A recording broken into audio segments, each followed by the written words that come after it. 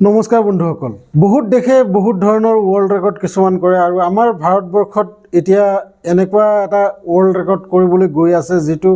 World record হয়তো আপোনালোকে শুনি আচৰিত পাব। আৰু ৱৰ্ল্ড ৰেকৰ্ডটো আচলতে কি সেইটো কথা জানিবলৈ আপোনালোকে ভিডিঅ'টো শেষলৈকে চাই থাকক। বৰ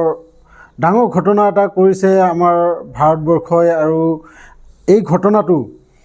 কেৱল এই একমাত্ৰ ঘটনা নহয়, এনেকুৱা বহুত ঘটনা আমাৰ ভাৰতত দৈনন্দিন ঘটিয়ে থাকে। তথাপি এইটো এটা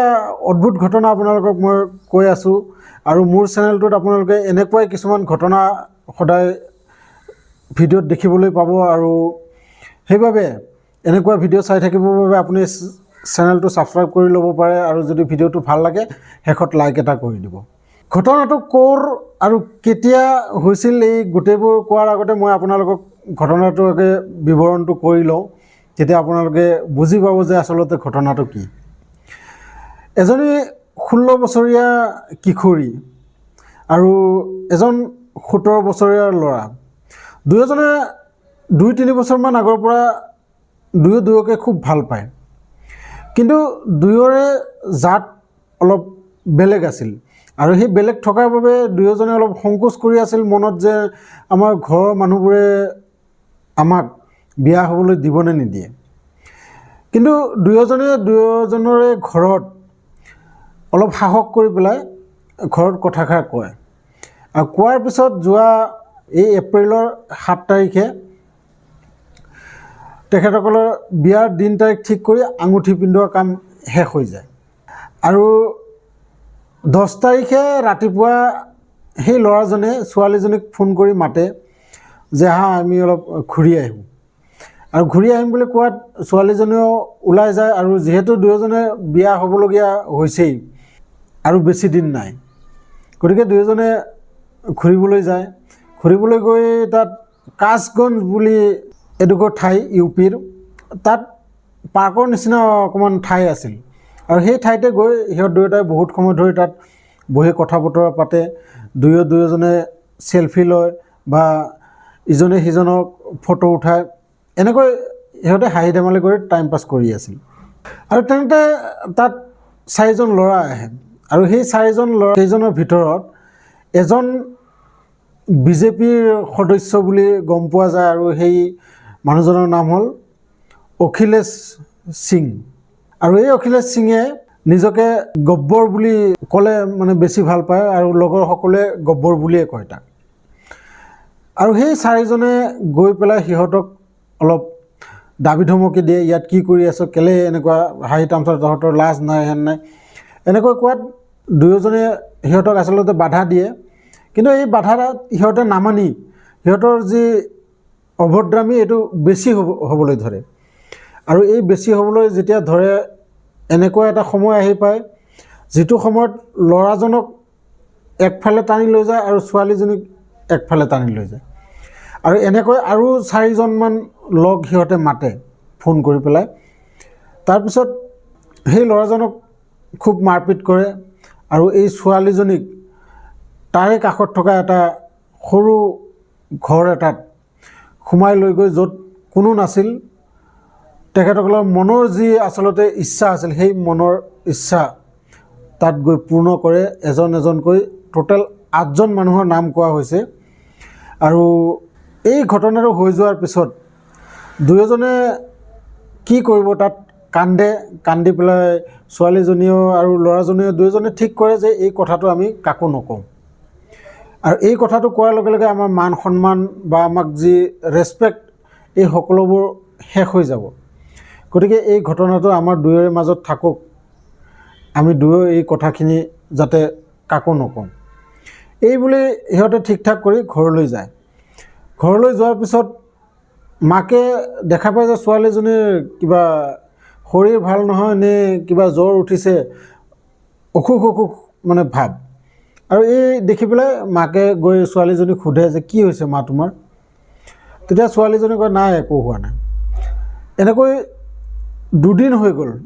10 তাৰিখে হৈ যোৱা ঘটনা 11 তাৰিখ 12 তাৰিখ হৈ যায় আৰু এই 12 তাৰিখে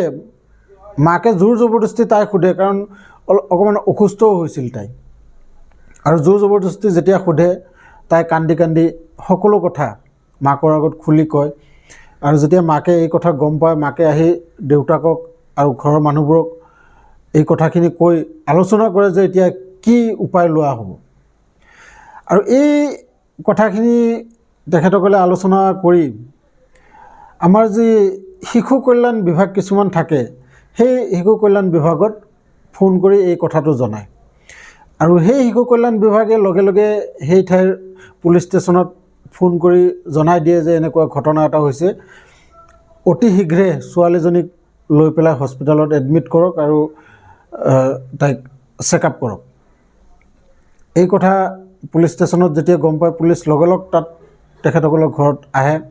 আহি ছোৱালীজনীক লৈ যায় মেডিকেললৈ আৰু মেডিকেলত লৈ যোৱাৰ পিছত গোটেই কথা গমেই পায় আৰু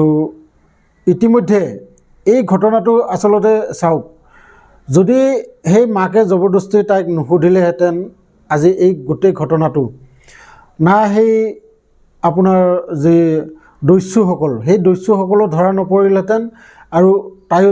মানে তাৰ যি মনত লুকাই থ'ব বিচাৰিছিল সেই কথাষাৰো তাইৰ গোটেই জীৱন তাইৰ মনতে তেনেকৈ থাকিলহেঁতেন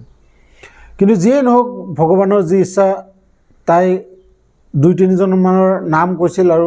নাম কোৱাৰ পিছত সেই 2-3জনক যেতিয়া ধৰে এটা এটাকৈ গোটেইকেইজন ল'ৰা ধৰা পৰে আৰু এই গোটেই ঘটনাটো হ'ল যোৱা 7 এপ্ৰিলৰ আৰু ইউপিৰ কাছগঞ্জ বুলি এডোখৰ ঠাইৰ গতিকে মই আপোনালোকক যে কৈছিলোঁ যে আমাৰ ভাৰতবৰ্ষই আকৌ এটা মানে ৱৰ্ল্ড ৰেকৰ্ড কৰিবলৈ গৈ আছে আৰু এই ৱৰ্ল্ড ৰেকৰ্ডটো হ'ল এই ৰেপ কেছত